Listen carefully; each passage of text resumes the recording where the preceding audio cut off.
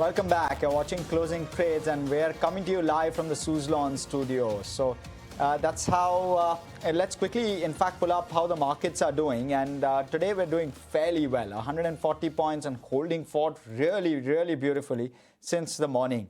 So that's the positive catalyst. The other one is obviously you've got some chunky contributors on the index itself. HDFC contributing 100 positive points to the index's move. I'm talking about the Nifty move. There you go. You can see that. Then there's Reliance, ICICI, M&M. Those are also contributing decent. I mean, there's around 50 points between the three of them. So around 150 odd points contributed by just 4 odd stocks, which kind of shows the chunky contribution that I'm speaking about. Kunal, just talk to us about what sectors, pockets you're looking at this point of time in terms of a trade. So realty, I think, is something which continues to look attractive. Private sector banking names, the select few stocks which you've been discussing, they continue to look attractive at the current levels. We're looking at potential possibility that even many other defense stocks could make a decent comeback. I think names like Mazagon Dock, for example, is coming back closer to its previous swing breakout. That's one other sector to watch out for. The financial services basket, I think we've been discussing about the likes of Bajaj Finance, Shriram Finance, etc. But there's also one of the surprise movers on the pack, and that's Chola Finance. That's also, I think, has moved up substantially higher in the last 1.5 to 2 months. Apparently, on the relative strength scale, it's been one of the best performing stock in the entire HFC stroke NBFC name. So that's another stock to look out for. Okay, let's also welcome on board Varun Goyal from Mirae Asset Mutual Fund and ask him about what he's making of the market right now. Varun, hi, afternoon. Good to have you on the show. Good recovery in the market, at least it seems to be the case. But will earnings justify this momentum in the market? Where is it that you think the positive surprises could come in from? Good afternoon, Aisha. Thank you so much for having me on the show. I think this year will be the year of earnings revival in India. I think the cyclical momentum in the economy is looking very strong. If you look at all the high frequency data, be it auto sales numbers, be it GST collections, the credit growth numbers, all pointing to sustained economic recovery. So our sense is while the first quarter may have some impact of the war, but broadly for FY27, we should see a 10 to 15% earnings growth for Nifty 50 companies. And I think for the broader small and the mid cap space, the growth actually should be a lot higher. If you look at the fourth quarter, we just passed, which is the March quarter, for the broader market, if I were to use Nifty 500 as a barometer, we were in a healthy double-digit kind of a growth environment. And our sense is the earnings will only strengthen from where we are. Okay. Varun, in terms of sectors, verticals where the growth will likely be much stronger than others, what would those be if I were to ask you to probably crystal ball gaze a bit? Yeah, so our sense is the whole CapEx related stories, engineering, construction, power transmission, defense, this will continue to do well. We expect after 1.5 years of muted earnings growth, we are going to see the next round of earnings acceleration here. We expect, of course, the BFSI space will continue to do well. The NIM pressure on the lending names should kind of bottom out, and we should start seeing a recovery there. Also, this FCNRB deposit, if we are able to raise a good amount, that should go a long way in taking care of deposit requirements of the overall banking system. I think auto sales have been pretty robust, so we expect white goods, auto sales, which are also big beneficiary of the GST cut, to continue to show good earnings traction. Ruchit, let me come to you. Some of these EMS plays, the likes of an Amber and Dixon at least, if you can also try and pull up a Keynes and the like, Sirma, Keynes, not sure how much the others are buzzing, but at least you're seeing some very good traction on Dixon as well as Amber. What's the sense on charts on some of these names?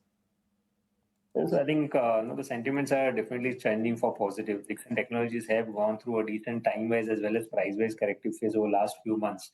Now, the 200 DEMA around 12,500 was the major hurdle which has been broken. And today, if you look in terms of volumes on this breakout, the volumes are also quite good compared to its daily average. So the entire previous corrective phase which the stock saw from the top to recent low of 9,650, the 50% retracement is placed around 14,000 odd level. So we expect the stock to rally high towards 14,000 in the very immediate term, whereas positionally 15,100, which are the 61.8% retracement levels, can be expected. So both these names can do well in the near term, with Dixon showing signs of outperformance if you go by the volumes. There's, of course, Manappuram as well, which has spurred up a good 5% right now. Ruchit, just a quick call on the charts, because the gold financiers as well took a step off, aligning with the cool-off in gold. Now, what do you see after the spurt in the stock today? So Manappuram can do well, because previously, whenever the stock was coming around at 330, 335, we used to see selling pressure in that. And also, if you do some comparative analysis between both Manappuram and Muthoot Finance over last 1.5 months, when the stock prices corrected, along with the gold prices, we saw that Manappuram was the stock which witnessed a good buying interest at low levels around 290, 295, where it formed a base. And although Muthoot is still quite down from its previous all-time high, Manappuram has knocked a new all-time high today. This clearly shows that relative strength and outperformance coming in from Manappuram compared to Muthoot. So overall, we think that the outperformance could continue. It's just a new high today that the stock has taken out, and it has a good potential to rally towards 380 to 400 going ahead. Okay. Also, from the defense pack, are there any favorites, Ruchit? Player trade? Well, Azad Engineering is one stock which we have even recommended our clients to buy for short to medium term. Well, a clear relative outperformance was seen since the month of April, when the broader markets bottomed out. Then last 2 months, it went through some sideways price action, formed a bullish pennant pattern technically, which is a sign of a continuation of the uptrend. So I think this stock can do well, and the stock has potential to rally towards 2600 to 2700 range, about 20 to 25% upside from current levels. So one can take a bet on Azad Engineering for 25% upside from current levels. Right. Okay, Ruchit, great to have you on the show. We'll let you go on that note. Thanks for joining in. But Oswal Pumps and Shakti Pumps, they're the ones which are actually holding up on the back of the new orders that they've bagged. Let me take it across to Avi from our research desk and get in more details. Let's talk about two stocks that have been buzzing in trade and are seeing some very strong buying on account of order wins from the Maharashtra State Electricity Board. Those two stocks are Oswal Pumps and Shakti Pumps. So the Maharashtra State Electricity Board has given tenders and contracts for their solar pumps to these two companies. So Oswal Pump has won an order of around 235 crore rupees for supplying 10,000 solar pumps, and this order has to be completed in the next 60 days. This order includes maintenance, repair and a remote monitoring setup as well. For Shakti Pumps, the order is worth around 325 crore rupees, which includes a supply of around 15,000 solar pumps and has to be completed in the next 60 days. Both these orders are given under different PM Yojanas and includes design, manufacturing, supply, transportation, installation, testing and commissioning of solar pumps. On account of these two strong order wins, both Shakti Pumps and Oswal Pumps have been buzzing in trade and seeing some huge buying.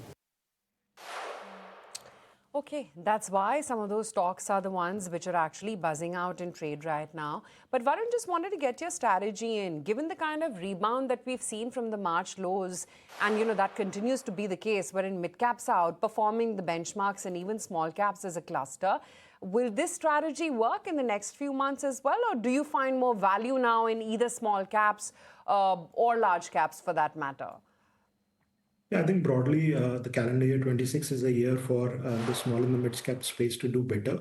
I think particularly in small caps, where last 2 years there was hardly any earnings growth, this should clearly go down as a year of a very strong earnings recovery. Our sense is for the small cap index, earnings growth could be in excess of 25% on a very low base. And we believe that the major contributing sectors, be it BFSI, engineering, capital goods, healthcare, they're all set to deliver fairly healthy earnings growth. So our sense is that this should remain, the stance for the remaining part of this financial year. And there are several bottom-up opportunities to go and do stock picking. Okay. And Varun, just from a consumption perspective, what is it that you're betting on, and how are you looking at some of the numbers that have come our way, especially from platform companies, the likes of a Nykaa, etc.? The numbers were ahead of estimates. I think broadly, we would be more positive on discretionary consumption stories. Travel, tourism, hospitality, that sets to be a sector which will continue to do well. We also remain positive on some of the stories on the white goods side. I think clearly we are seeing a very hot and humid summer. So refrigerators, washing machines, air conditioners, there's a segment which will continue to do well. So I think there's several stories, not so positive on the FMCG space, where our sense is there is a lot of market share loss to D2C companies which are operating through the various quick commerce and e-commerce platforms. But otherwise, I think we are going to see a general uptick in consumption activity, and that would be reflected primarily through auto and white goods. Okay. How are you looking at manufacturing, Varun? You know, some of the names which we were speaking about, especially in the EMS basket, is that something that you would play actively? Would you prefer textiles? How would you play the entire manufacturing theme broadly? Yeah, so I think it's been phenomenal that Indian rupee has depreciated by almost 16-17% against the Chinese currency in the last 1.5 years. And that gives a lot of strength and competitive benefits to Indian exports. So textile is clearly a sector which will benefit from this. I think we have a big FTA coming up, getting executed from 15th July with UK. Hopefully next year when the FTA with European Union gets executed, that should give a further fillip to demand as far as the textile segment is concerned. I think manufacturing broadly, there is a lot of focus from the government, whether it's semiconductors, whether it's the mobile phones and the whole electronic ecosystem. And one really has to pick and choose. There are some pockets of froth from a valuation perspective, and therefore one has to be a little more discerning in terms of the stock picking. Varun, how are you assessing the quarterly updates coming in from the large private banks, and what kind of an indication is that giving to you about how the earnings might be? So I think while it's early days, the results are yet to come in, but our sense is the credit growth is holding on quite well. And I think from what we are hearing, FCNR deposits could be something the order of $50 to $100 billion. That not just supports the rupee, but also gave a very, very strong deposit boost to most of the banks and reduces their cost of borrowing. So we expect this money will go a long way in boosting credit growth. If you see the last 3 months of this fiscal, the credit growth has held on quite well. Also, there is a little bit of inflation, right? And some inflation is always good because the working capital loans also increase. So last year, the problem was nominal GDP growth was very low, around 8.5%, 9%, with only 1 to 2% inflation. This year, I think the inflation will be more like 4, 5, 5.5%, and that is also good, for the broader lending environment. So we are quite constructive. We believe the NIMs have bottomed out. We do not expect any interest rate increase during the rest of the year, and the asset quality remains quite benign. So overall, continue to maintain a positive stance on the lending space. Okay, and Varun, within the defense pack, would you bet on the larger caps, more PSU-centric names? Would you bet on the slightly more smaller ones where probably earnings growth could really kick through, but at the same time valuations are quite elevated? How should one play this entire theme at this point? The structural story, we believe next 5 to 10 years we should see significant compounding. So we at this point of time, we of course find valuations in the large cap space is generally better than in the small and the mid cap space, although there are some opportunities in the small and mid cap space also. But generally would have a bias towards some of the larger platform names where the earnings growth are more secular in nature and the valuations are much more comfortable. Okay, Varun, stay with us. Lots more to talk about. Going to get in back canal as well to talk about a few buzzing charts. But which are those? Sajid is here with the FNO highlights. The market forming up in the afternoon trade about the 24,400 marks, and there's a lot of put writing which is happening. So the Nifty is up nearly 0.7% and it's hovering around the 24,450 odd levels.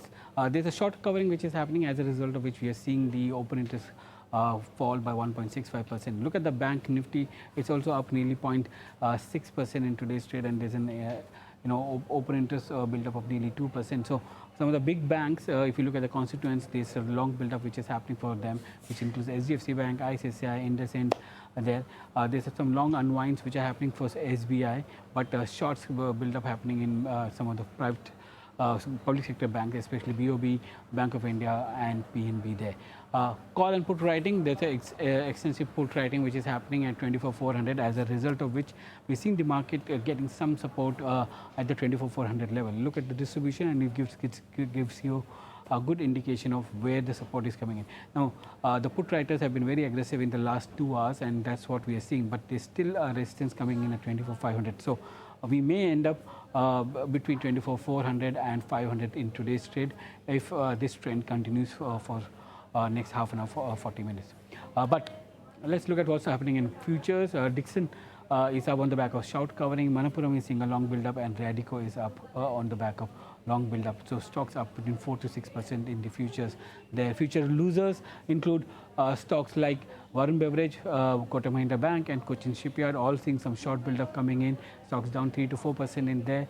And in the open interest gainers, you have stocks some like Loda, where we are seeing a long build-up. PB Fintech is seeing a short build-up, and Phoenix is seeing a long build-up. Among the losers in open interest, you have stocks like Bajaj Auto. There's a short covering coming in. Nuvama is seeing a short covering, and Amber Enterprises is seeing a shorts getting covered. Most active today is SGFC 820 call. We're seeing 17.7 lakh contracts getting added there. The premium of 11 to 24 rupees. So a steep jump in premium also for SGFC after the updates that came in over the weekend. The stock hovering around 832 levels at this there. But on the put side, you have Dixon 13,000 July call, which is the most active there. The decline of 33,000 contracts for Dixon there. The premium up from 379, so almost doubling of premium. Premium today to nearly 700 odd rupees, and stock hovering around the 13,340 mark there. But look at the index, shorts getting covered, and that's what pushing up the Nifty about 24,400 mark. Okay, thank you so much for that, Sajid. You're seeing some decent moves across the board.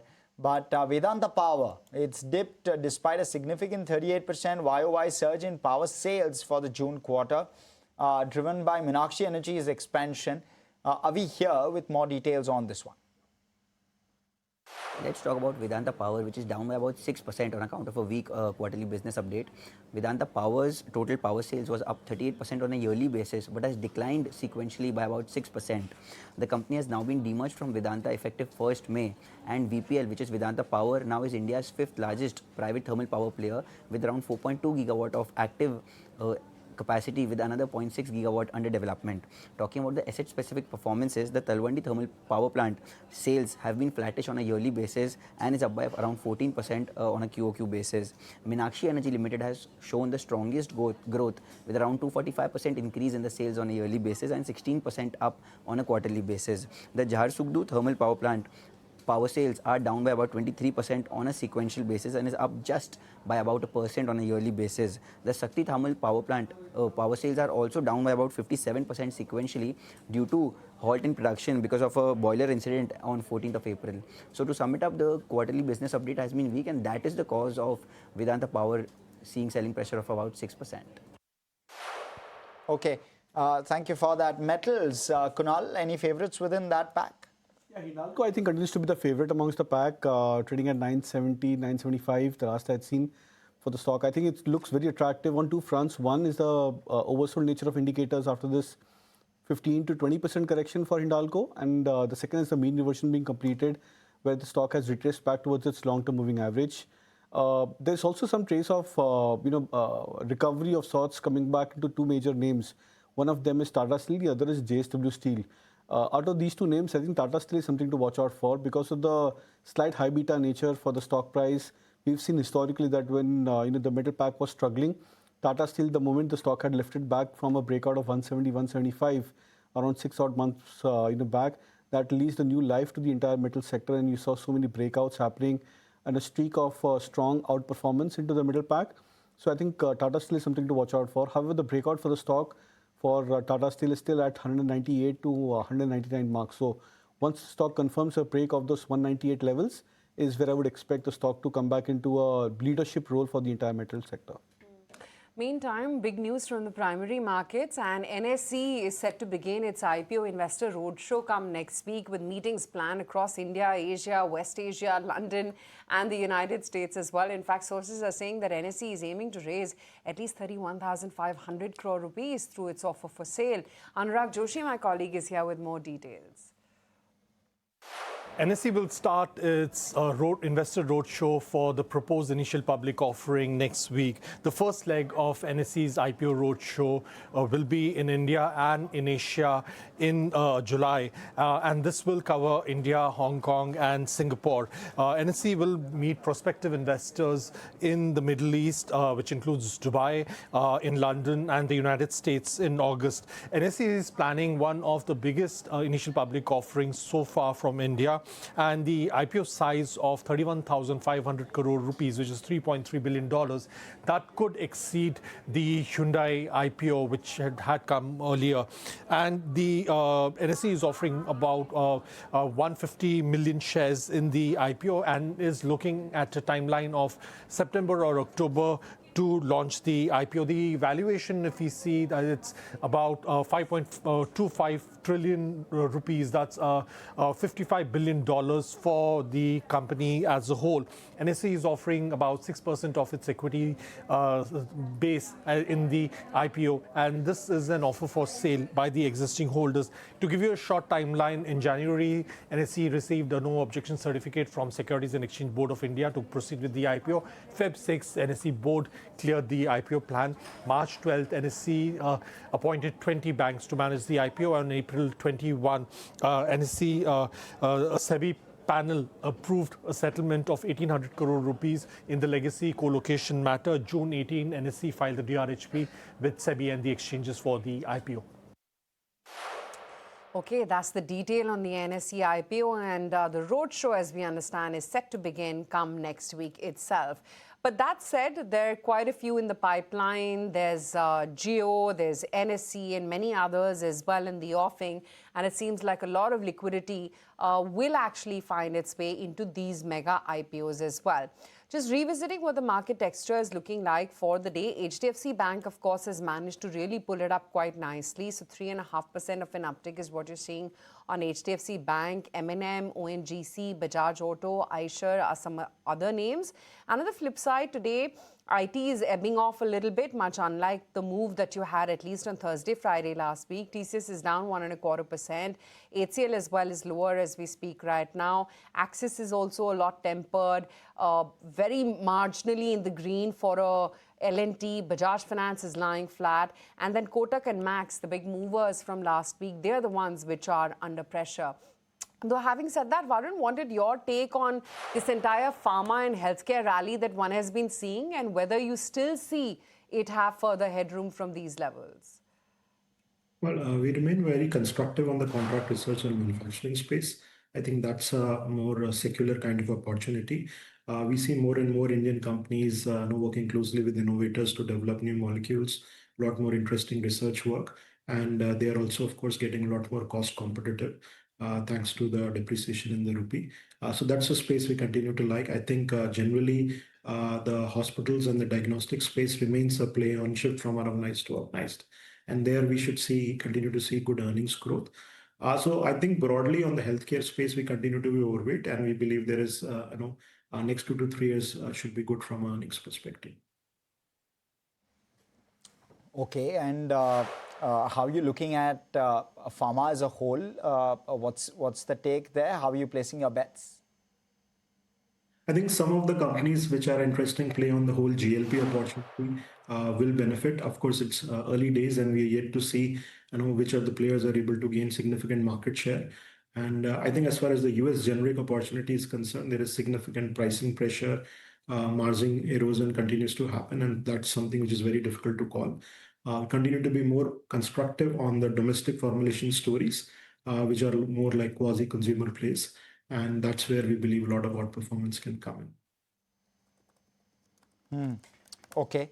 And what else? I mean, okay, so before I go to that, Supriya Life Sciences, in fact, they've disclosed that General Manager of Sales and Marketing has been reprimanded to judicial custody in proceedings under the NDPS Act. The company described the matter as a procedural lapse related to a single export transaction and said it is evaluating the legal implications of it. Meryl here with the details. Stock down 12. That's right. Shares of Supriya Life Sciences are in focus today after a significant legal development involving one of the company's senior executives. Now, the company has informed exchanges that its general manager for sales and marketing, that's Mr. Shrikant Sridharan, has been taken into judicial custody following actions by the Customs Department. But the reason for this is what stands out the most. According to certain media reports, the case pertains to an alleged attempt to export nearly 200 kilograms of ketamine to South Korea. However, in the company's regulatory filings, the company has termed the issue as a procedural lapse for a single export transaction and has not disclosed the product as well as the consignment involved. This certain executive has been remanded to judicial custody until the 17th of July, while the company says that it is assessing the implications of the matter and seeking appropriate legal advice. It is, however, important to note that the disclosure relates to the individual employee and not to any regulatory actions against the company itself. That said, the seriousness of the allegations and the ongoing investigation are more than likely to keep shares of Supriya Life Sciences firmly on investors' radar until more details on this whole news piece emerge. Okay, thank you so much for that, Meryl. Capital market stocks as well, not doing too well today. Trying to understand, Varun, whether how do you see risk reward in this particular space? Angel One, Motilal, a bit of a drag on some of those names today. Would you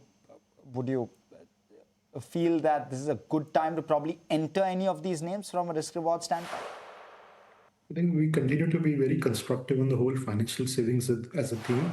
I think that's a decadal kind of opportunity. So exchanges, depositories, mutual funds, insurance companies, market infrastructure plays continue to be attractive. And I think after almost 1.5 years of slowdown in earnings, we should start to see much better earnings growth. The regulator had carried out a lot of actions last year, because of which there were some disruption in volumes. And I think that is largely behind us now. So incrementally, I think the volume should start to pick up, and most of these names should perform better going forward. Okay, that's the take coming in on some of those exchange stocks. Just looking at some of the broader market participants, look at a Bandhan Bank that as well is spurred up quite nicely. Now holding up a good 3.6% as we speak. Real estate as a pack, of course, has been doing very well. Friday, you had a decent move coming in.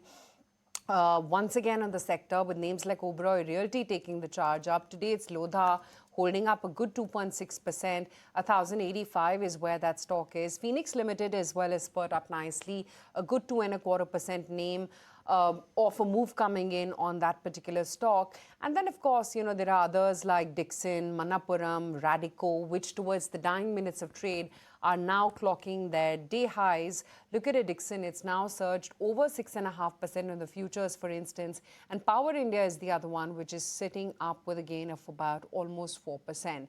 Within the frontliners, it continues to be an HDFC Bank, M&M, BEL, Reliance and ICICI Bank kind of day. Kunal, and today you're seeing that mammoth move from HDFC Bank. Does it seem like in the interim, even on a tactical basis, perhaps leadership could now change hands from ICICI Bank to HDFC Bank finally?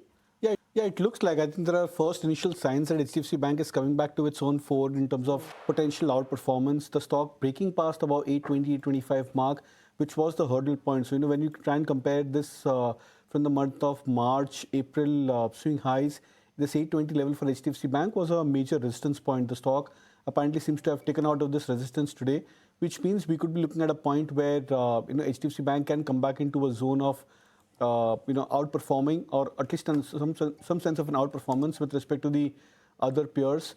And the two underperformers in this pack continues to be Kotak Bank and Axis Bank. So I sense that this could be within the private sector banking churn, which could be happening, and of course for the positive side for HDFC Bank. Okay. Kunal, capital market plays very quickly. How do you see the trade there, and what are your favorites within that pack? See, the favorites, so far I was looking at the charts for BAC, MCX, etc. They still look a little weak on the charts because these stocks have come back towards their multi-week lows. So we'll wait for maybe another few odd percentage points in terms of price correction, potentially for the near term. But the likes of Angel One, Motilal, Oswal Financial Services, the broking names like JM Financial, Edelweiss, etc., they are the ones which are actually looking attractive at the current juncture. So I would concentrate on this basket within the entire capital market space, because most of the other traditional names which had been performing very well potentially over the last three to 6 months, these stocks are taking a bit of a backseat, and this seems like a more of a profit booking wave which is getting a little bit more extended for these stocks. Right. Okay. Just a minute and a half left to go before we wind up for the day. So let's just get you the closing rates. And we've done quite nicely, at least when it comes to the index levels today. We're closing in well above the 24,400 print for the Nifty futures. In fact, a good 0.5% of an uptick. 24,483 to be precise is where we're closing in for the Nifty futures. Capital goods, realty, automobile, oil and gas and FMCG have been some of the key constituents or key participants in terms of a sectoral leadership. On the flip side, though, there has been weakness from infrastructure. Technology took a bit of a pause today, cement, power and banks because of the kind of very divergent moves within the banking pack. They were the ones which on a net basis underperformed or at least closed in flat. So while HDFC Bank held out, Kotak Bank was down about 4%. HDFC Bank goes home with a 3.25% of an uptick. ICICI Bank 1% higher for that stock as well. And then SBI, along with Axis, did not do a whole lot. In fact, Axis closed in lower by about almost 0.5% in trade. Autos held out well, so M&M and Bajaj Auto managed to do quite okay. There was Eicher also giving it due company. And then, of course, there were metal names like a JSW as well as Hindalco, which performed well. BEL looked good from within the defense pack. Nestle had an excellent last week. Today, too, it sprung up by about almost 1.25%. And then Bajaj Auto and Reliance were the other names which also comforted the index. But on the flip side, Max Healthcare, TCS, Adani Ports, HCL Technologies, Adani Enterprises, these were some of the other laggards in trade. And like I said, SBI closed in flat for itself. The breadth of the market tilted in favor of the advances. Bandhan Bank, Power India, Manappuram, Radico and Dixon were your gainers in trade. Atidar Lodha as well. But Varun Beverages, the Cochin Shipyard, Bank of India, NBCC, Policy Bazaar, or for that matter, even in Ono Minda, these were all sort of laggards in trade. Also going to quickly flag off that the Nifty mid-cap and small-cap indices, broader markets have largely done or been in line with the Nifty. Slight bit of underperformance by the mid-cap index. That continues. Bandhan Bank was the one which actually stood out. Flat growth, QOQ, but nonetheless, that zing on the stock evident. You also saw some good moves coming in from a Manappuram, for example, 5.5% higher. Kunal, if I were to ask you for what the view is for the rest of the week, tomorrow is expiry day, tomorrow in particular, and the rest of the week, looking positive. You had suggested 25K a week or two from now. Do you believe that we'll hit that fairly quickly?